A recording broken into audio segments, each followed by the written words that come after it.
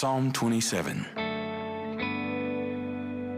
The Lord is my light and my salvation.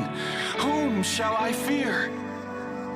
The Lord is the stronghold of my life. Of whom shall I be afraid? When evildoers assail me, uttering slanders against me, my adversaries and foes, they shall stumble and fall. Though a host encamp against me, my heart shall not fear. Though war rise against me, yet I will be confident. One thing have I asked of the Lord, that will I seek after, that I may dwell in the house of the Lord all the days of my life, to behold the beauty of the Lord